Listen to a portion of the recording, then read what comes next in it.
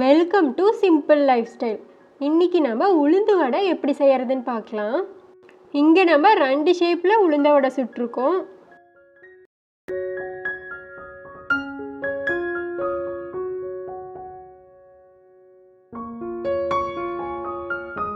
இங்கே நம்ம 3 டம்ளர் உளுந்து ஊற வச்சுருக்கோம்.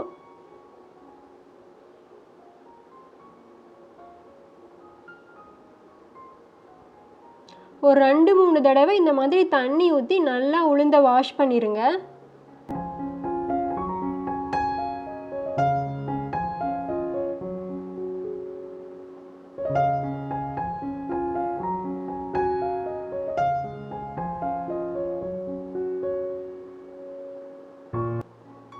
நல்லா க்ளீனாக உளுந்த வாஷ் பண்ணிவிட்டு அதுக்கப்புறமா நம்ம ஊற வச்சிடலாம்.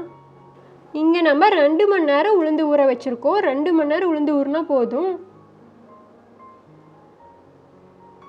இப்போ உளுந்து நல்லா ஊறினதுக்கப்புறமா 2 மணி நேரம் கழித்து நம்ம மிக்ஸி ஜாரில் கொஞ்சம் கொஞ்சமாக சேர்த்து அரைச்சிக்கலாம்.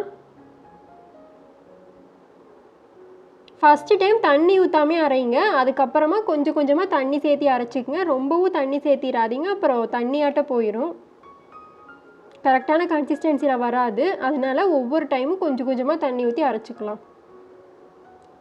3 பெரிய வெங்காயத்தை இந்த மாதிரி பொடி பொடியாக கட் பண்ணி சேர்த்திக்கலாம். முடிஞ்ச வரைக்கும் சின்ன சின்னதாக கட் பண்ணிக்கோங்க.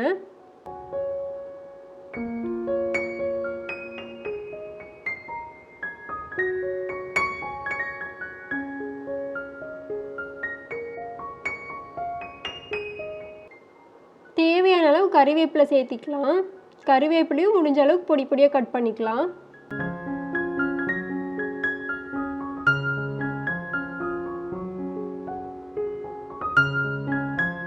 பச்சை மிளகாய் 6-7 மிளகாய் சேர்த்திருக்கோம். உங்கள் காரத்திற்கு ஏற்ப நீங்கள் கம்மியாகவோ அதிகமாகவோ சேர்த்திக்கலாம்.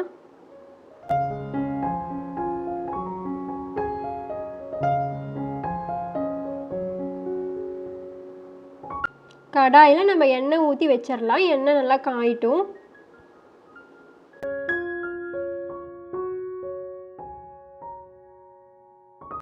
மாவை நல்லா இந்த மாதிரி மிக்ஸ் பண்ணிக்கோங்க. நீங்கள் எந்த அளவுக்கு நல்லா மிக்ஸ் பண்ணுறீங்களோ அந்த அளவுக்கு வடை நல்லா சாஃப்டாக வரும். நல்லா இந்த மாதிரி அடிக்க நல்லா புஷ்ஷுன்னு வடை வரும். தேவையான அளவு உப்பு சேர்த்திக்கலாம்.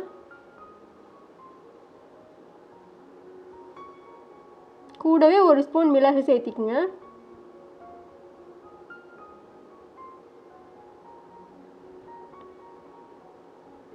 இப்போ நம்ம அரிஞ்சு வச்சுருந்த வெங்காயம், கறிவேப்பிலை, மிளகாய் எல்லாம் உள்ளே சேர்த்திட்டு நல்லா பிணைஞ்சிருங்க.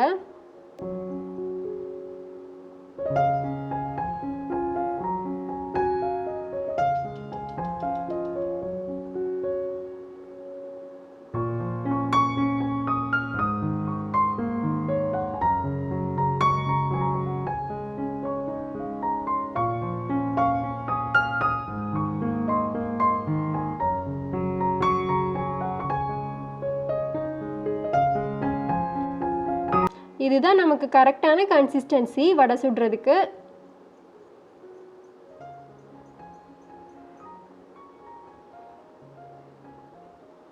இப்போ எண்ணெய் நல்லா காஞ்சதுக்கு அப்புறமா இந்த மாதிரி மாவு எடுத்து நடுவில் ஓட்டை போட்டு எண்ணெயில் போட்டுடலாம்.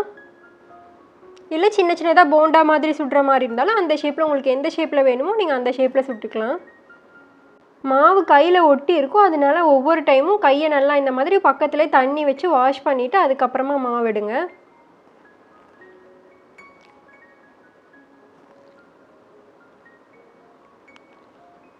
தண்ணியில் இந்த மாதிரி செஞ்சுட்டு தான் நம்ம அடுத்த வடையை எடுத்து எண்ணெயில் போடணும்.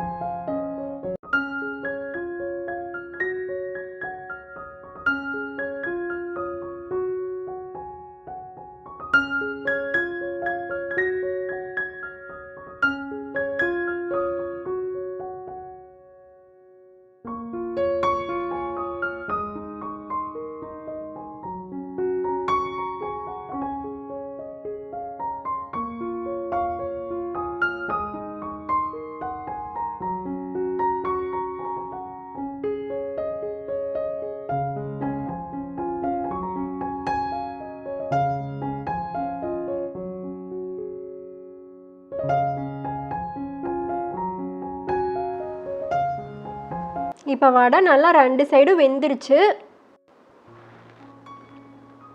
இப்போ வடை நல்லா செவந்து கலர்ஃபுல்லாக மாறிடுச்சு.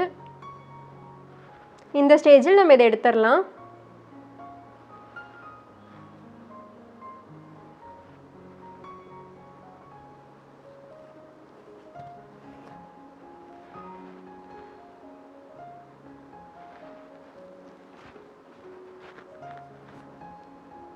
அவ்வளோதாங்க, நமக்கு உளுந்து வடை ரெடி. இந்த ரெசிபி பிடிச்சிருந்தா நம்ம சேனலை சப்ஸ்கிரைப் பண்ணிடுங்க.